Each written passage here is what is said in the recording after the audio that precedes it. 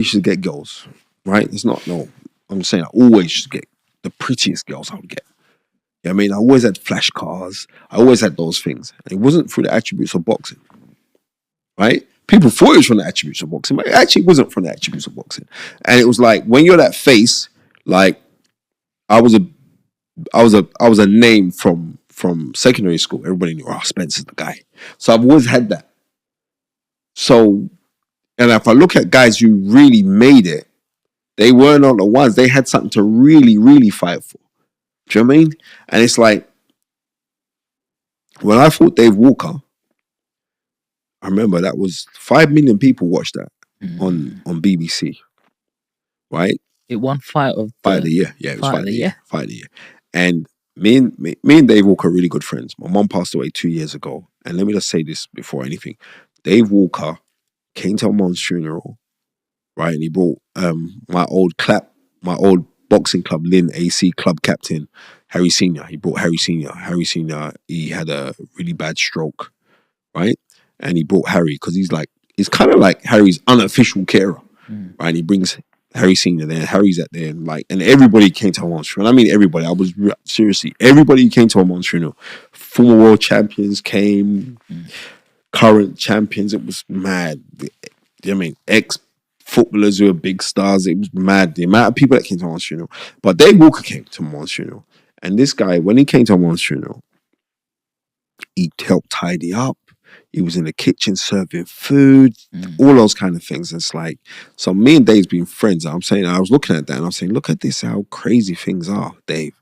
Because like 20 years prior to that, me and you were literally, and I mean literally trying to kill each other. You know? And, you know, man, Dave had his open battles, of which he's had his own demons that he's battled and all the rest of it. But on those things, it's like, that was such a good fight. I mean, we knocked him down in the first round.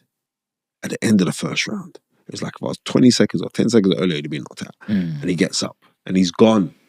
And he's trained by Robert McCracken. Imagine we were talking about Robert. He's trained by Robert McCracken, right? He comes out second round, he tries to stick it on me and I catch him again. I hit him with a right uppercut, left hook, and he goes over from that again. And I think, right, you're done. You actually jumped on the ropes, didn't you? Yeah. I thought, you're done now. You're done. And you know, even more so, like, anybody can tell you in boxing, like, when you hit somebody, you can feel a little shock in your hand, a little shock, like a funny feeling, like a little electric shock in your hand. That's when, and he got up. Fair play to it, right? Then we're into round 3, and then end of the round, he knocks me down with an overhand right.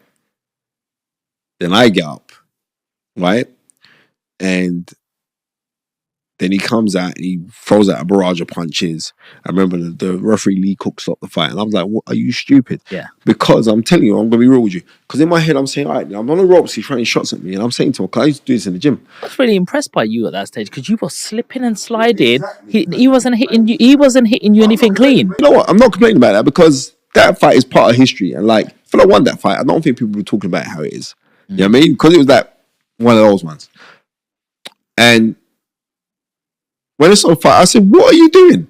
Because in my head, I know like someone's throwing shots at you. And I said, don't worry, I'm going to clear my head and watch. I'm going to come back on you. Because I said, then I'm just going to throw a burst back on you. You're going to know it.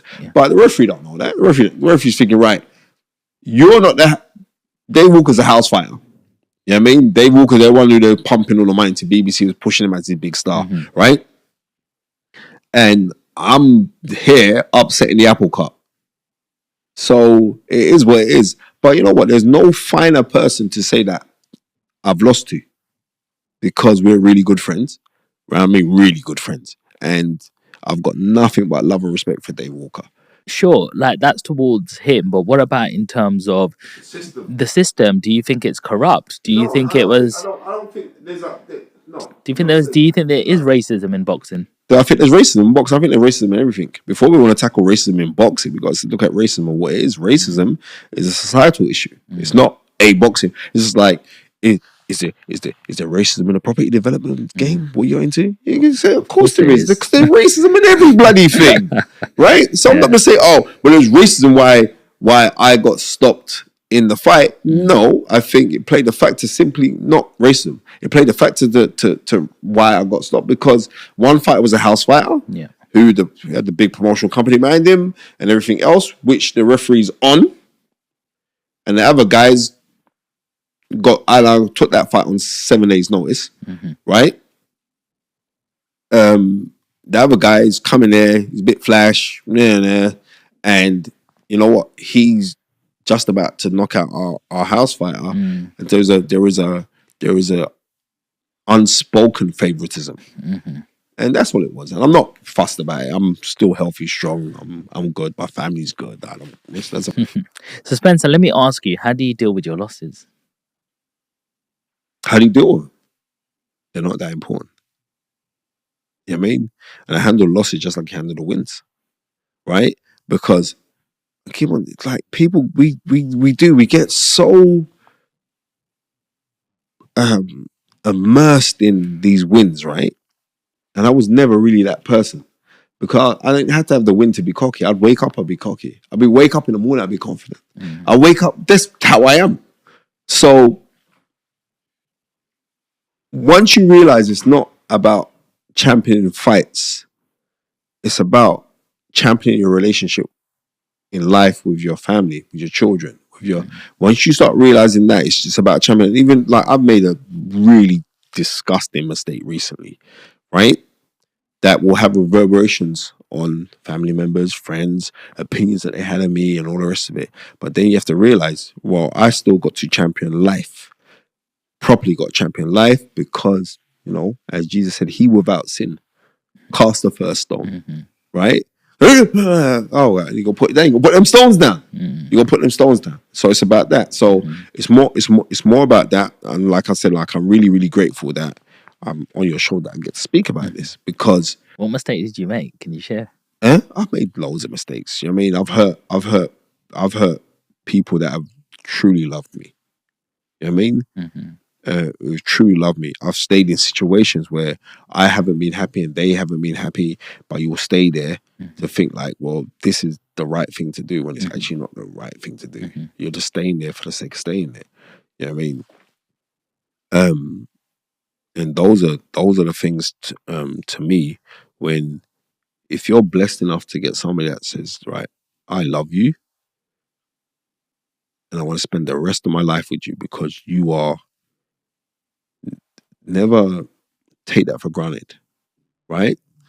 Never take that for granted. And also be open to talk. And I know it's like sometimes, when they say like pride comes before the fall, and it is literally that pride does come before the fall, right? And no matter how much you may think that you're a good man, you can always be a better man. And that's important. Like when you're going through a drama, like most people do, right now, trust me, it's like everyone's getting killed by these frigging cost of living crisis. Is nuts. It's really, really mad, right? Major thing is this. Always plan, right? Always write out your stuff to say what you're going to do from what you're not going to do. And what that does, that gives you that sense of discipline. And once you got that sense of discipline, you keep on working on the stuff that you want to go and do. That is so important. It's paramount. You know what I mean? To plan, right? To plan. Because whatever you plan for, you got a great possibility of getting it. You know what I mean? But just plan for it. And so I know I made mistakes. You know what I mean? Bad mistakes.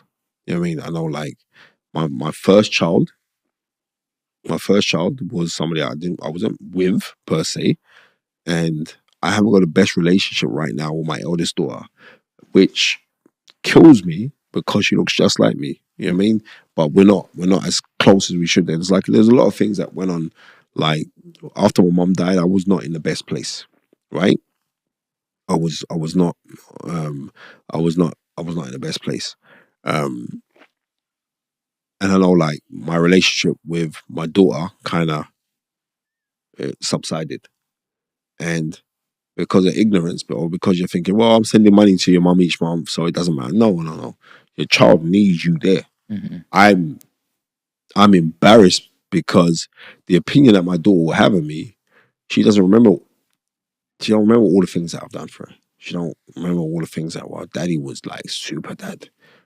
She don't remember that. So I would say to anybody out there, if you have children, Make sure you're there for your kids. Not saying like, and it's not monetary.